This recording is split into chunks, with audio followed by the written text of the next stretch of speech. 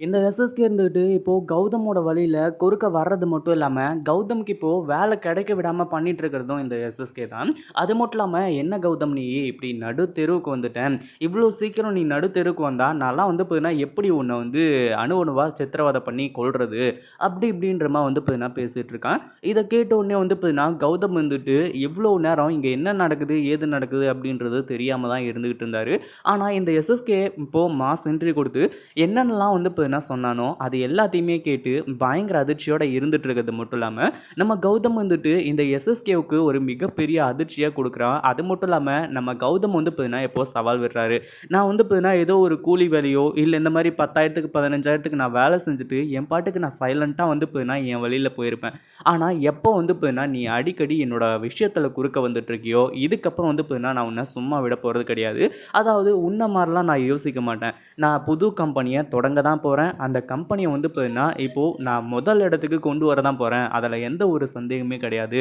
அப்படின்னு சொல்லிட்டு கௌதம் கிட்ட இப்போ ஒண்ணுமே இல்லன்னாலுமே கூட வந்து பார்த்தீங்கன்னா, இந்த எஸ்எஸ்கே கிட்ட சவால் விடுறாங்க.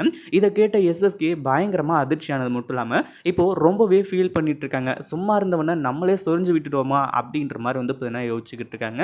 அதுக்கு முன்னாடி என்னவெல்லாம் நடக்குது அப்படின்னு சொல்லிட்டு பார்க்கறதுக்கு முன்னாடி, இப்ப தான் நம்ம சேனலுக்கு ஃபர்ஸ்ட் டைம் வரீங்க அப்படின்னா, கீழ இருக்க சப்ஸ்கிரைப் பட்டன பிரஸ் பண்ணிக்கோங்க. இப்போ நம்ம இலக்கியா ஒரு பக்கம் வந்து பார்த்தீங்கன்னா, கௌதம் வீட்டுக்கு வருவாரு. சந்தோஷமான செய்திய சொல்வாங்க அப்படின்னு சொல்லிட்டு காத்துக்கிட்டு இருக்காங்க. அதே மாரி வந்து பார்த்தீங்கன்னா, இப்போ எந்த ஒரு பிரச்சனை, எந்த ஒரு சங்கடமான விஷயம் வந்து பார்த்தீங்கன்னா, வீட்டுக்கு வராம இருந்தாலே, இப்போதைக்கு மிகப்பெரிய நல்லதா வந்து பார்த்தீங்கன்னா இருந்துட்டுருக்கும். இதில இந்த எஸ்எஸ்கே வேற வந்து பார்த்தீங்கன்னா, அடிக்கடி கௌதம் வந்து பார்த்தீங்கன்னா, சென்டர்ல மீட் பண்ணி வந்து பார்த்தீங்கன்னா பேசிட்டு இருக்காரு. அது மட்டும் இல்லாம இப்போ நம்ம கௌதம்க்கு வந்து பார்த்தீங்கன்னா, ஒரு மிகப்பெரிய கீ குடுத்த மாரி தான் ஆவுது இந்த எஸ்எஸ்கே பேசுறது. ஏன்னா, அவ்வளோ வந்து பார்த்தீங்கன்னா, தெளிவா புரிய வைக்கிறாங்க. "நீ எங்க போனாலும் வேலை கிடைக்காது. நீ எங்க போனாலும் அங்க நான் வந்து பார்த்தீங்கன்னா, அதுக்கு குறுக்க நிப்பேன்." அப்படி இப்படின்ற மாரி வந்து சொல்லும்போது, நம்ம கௌதம் முடிவு பண்ணிட்டாங்க. "என்ன நடந்தாலும் சரி, நான் கம்பெனிய தொடங்குறது தான்." அப்படின்ற மாரி வந்து சொல்ல ஆரம்பிச்சுறாங்க. நீ வந்து பார்த்தீங்கன்னா, ஃபீல் பண்ணுவ. என்னடா கௌதம் வந்து பார்த்தீங்கன்னா, அவன் பாட்டுக்கு ஒரு ஓரமா வந்து ரோட்ல நடந்து போயிட்டு இருந்தான். அவன கூப்ட்டு வந்து பார்த்தீங்கன்னா, நம்ம இப்படி பேசி இவ்ளோ பெரிய ஆளாக்கி விட்டுட்டோமேடா! அப்படின்னு சொல்லிட்டு நீ ஒரு நாள் கண்டிப்பா வந்து பார்த்தீங்கன்னா, ஃபீல் பண்ணுவ. உன்னோட டைரியில இல்ல கேலண்டரோ, இல்ல ஃபோன்ல வந்து பார்த்தீங்கன்னா, கேலண்டர் இருக்குல்ல, அதில கூட வந்து பார்த்தீங்கன்னா குறிச்சு வச்சுக்கோ. அப்படின்ற மாரி வந்து சொல்லி, இந்த எஸ்எஸ்கேவ வந்து பார்த்தீங்கன்னா, இப்போ உண்டு இல்லன்னு பண்ணிட்டு இருக்காங்க.